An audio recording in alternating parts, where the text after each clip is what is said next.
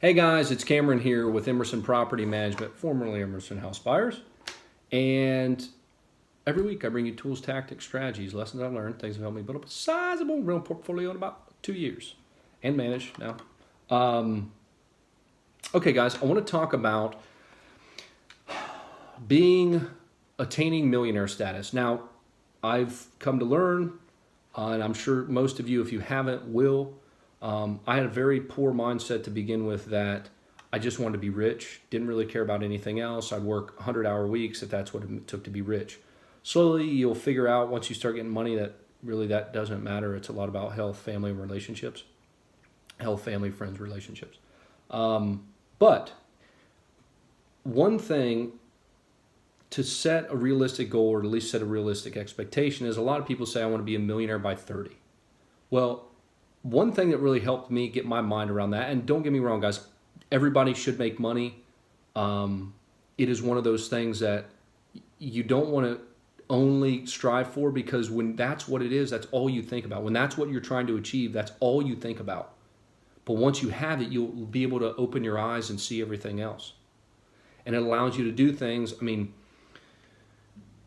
you can solve a lot of problems with money. I hate to say it, I really truly do, but it's true. You know, if you have a sick mother or father or family member or friend, and you can cut a check, and they need a really expensive surgery, and you can cut a check to solve their problem. There's things that money can do. So I believe everybody should be responsible for their own success with money. And that's why I believe everybody should be a millionaire. I want everybody to be a millionaire, or whatever number that they want to hit. But I want you to be realistic. I want you to look at some things. So be a millionaire by 30. What I did is I pulled a bunch of data, and I'm going to write it down here for everybody. I pulled a bunch of data saying what the returns are from cash, real estate, just real estate appreciation, bonds. Okay, let's go through this.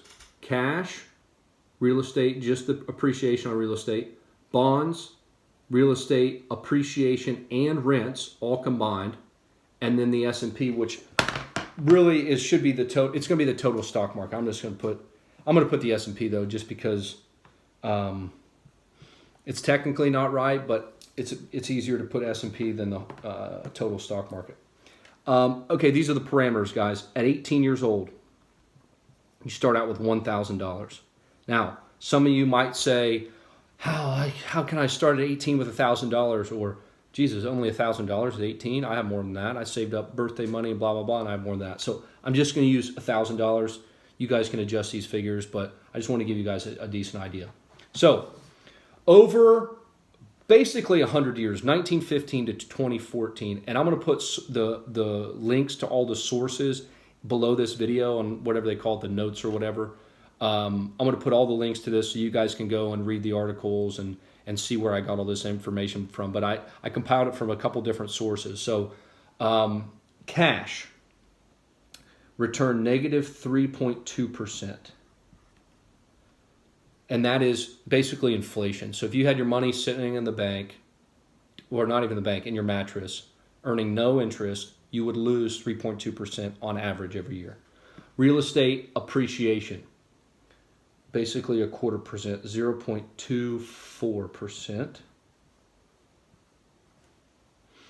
0.24%.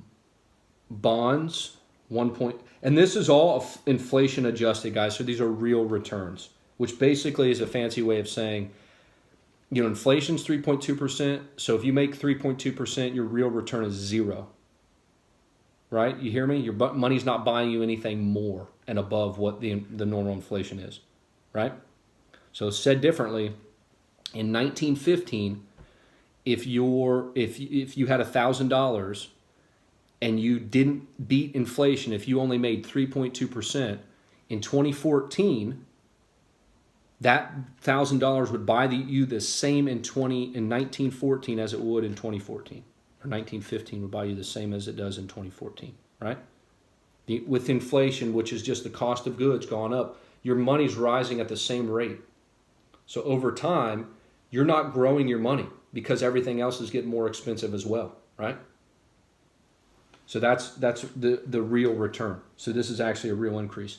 Rents and appreciation. This is like 145 years. This one's 6%. And then the total stock market, but I have S&P written down here, just FYI, is 8.3%. So let's look at this again. Negative 3.2, 0.25%, 1.1 in bonds, 6% in real estate, and appreciation and rents, and then the S&P or the total stock market is going to be 8.3. Okay, so at 30, if you wanted to have $1 million, that's what this is going to tell you guys. That's what I looked at. If you want to have $1 million, okay, so $1 million. I'm going to tell you what you have to save every month on each one of these to have $1 million at age 30, 40, and 50. Okay? So at age 30, your cash, you need to save.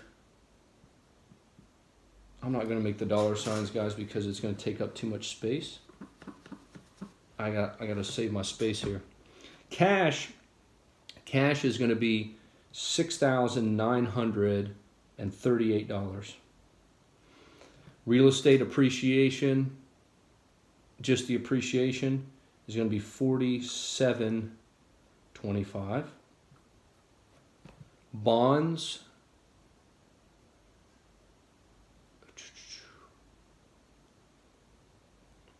$64.86.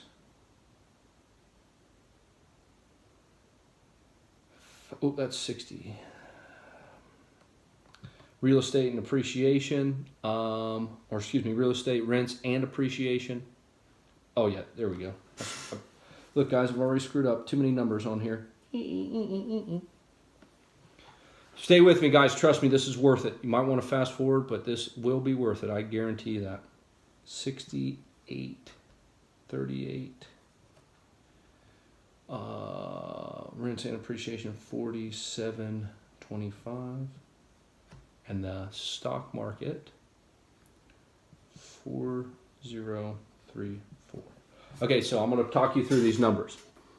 Okay, so starting at 18 with $1,000 in the bank, if you had just cash, you would need to save $6,938. If you just had real estate and didn't rent it out, just had the appreciation play, you would need to basically invest $6,838 a month. And then it just keeps going. Now, you can see highest return here, S&P 500, $4,034 a month. So, when people talk about wanting to be a millionaire by 30, you guys see it's virtually impossible to save money and become a millionaire. That's kind of one thing. Almost $7,000 a month you have to save between the time you're 18 and you're 30 to become a millionaire at 30. So how do you think all these people do it? They invest. Now, they're buying companies, doing other things, leveraging. This is not including leverage. This is not doing other stuff. There's other ways to do it. Or be in the Lucky Sperm Club where you were given a bunch of money, whatever.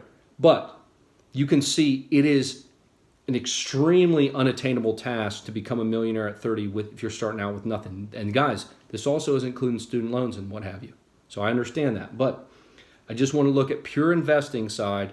At 30, to be a millionaire, this is what you have to invest. So now, let's look at 40, if we kind of back up a little bit. So cash would be $37.85. Rental appreciation, $36.85.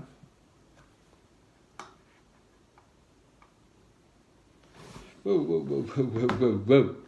Bonds, $3,343 a month.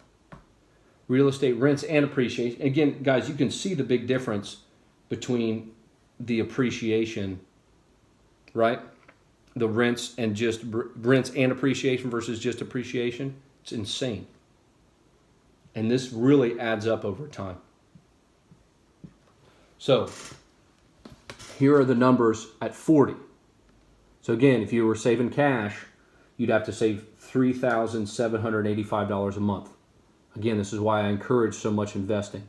And you just keep walking down until you get to real estate appreciation and rents, which is $1,815. And then the most lucrative one is $1,321. Now again, guys, the stocks. This is not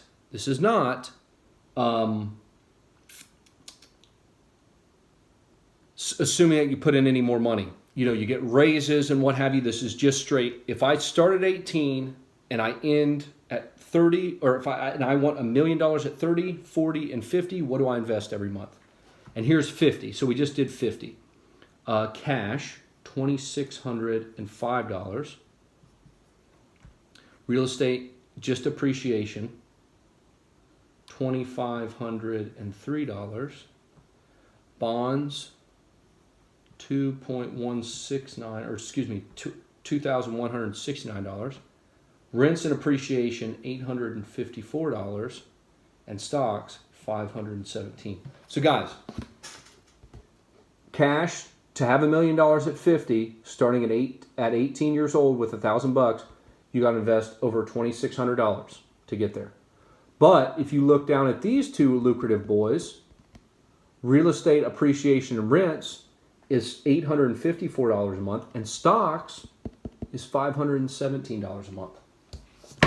And I don't know about you guys, but having $1 million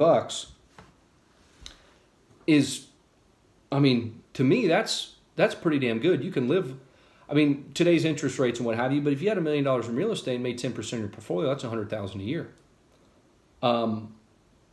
What did I want to really show by this? Guys, I wanted to show two very important concepts. One, cash is not going to make you rich. You need it when shit hits the fan and the market comes down. You need it to be able to buy assets, and you need that and experience to be able to take advantage of opportunities when they arise. But the other key point is your timeline. I remember, I didn't know any better. I was a teenager. I wanted to be a millionaire by the time I was 25. I didn't do the math. When I sat down, I looked at my job, and I had a decent job. And I said, okay, how much do I need to save to get where I want to go? You do the numbers, I'm like, Jesus Christ, I got to put away $5,000 a month now? I'm behind. I got to put away $6,000, $7,000 a month? Jesus Christ. You know, who the hell's got $7,000 a month laying around? That is why a millionaire by 30 is I don't want to say an outrageous goal, but it's tough, guys. I mean, it truly is. Unless you're going out and creating a lot of value, have a business, can leverage things, straight doing it on your own. I've just showed you. This is data. This data is over the last between 100 and 145 years. History doesn't repeat itself, but it damn sure rhymes. So we can say that it's going to pretty much go like this for the next 30, 40, 50 years. I hope that was helpful. If it was, let me know. If it wasn't, let me know. Again, these are the numbers.